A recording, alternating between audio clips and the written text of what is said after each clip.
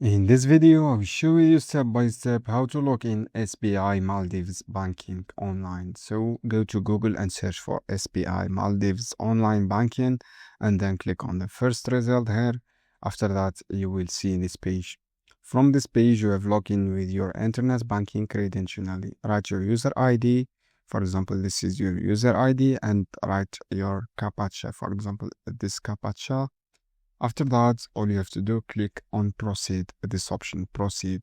So this is how you can do. If you forget your ID or password, just click forget ID and then you will redirect it to this URL page.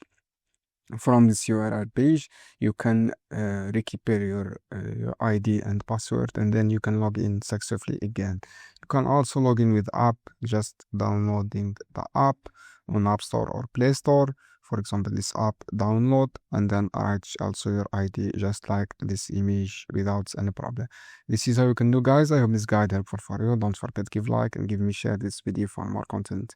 From here you can forget your user ID easily. If you forget this one, you can keep here again.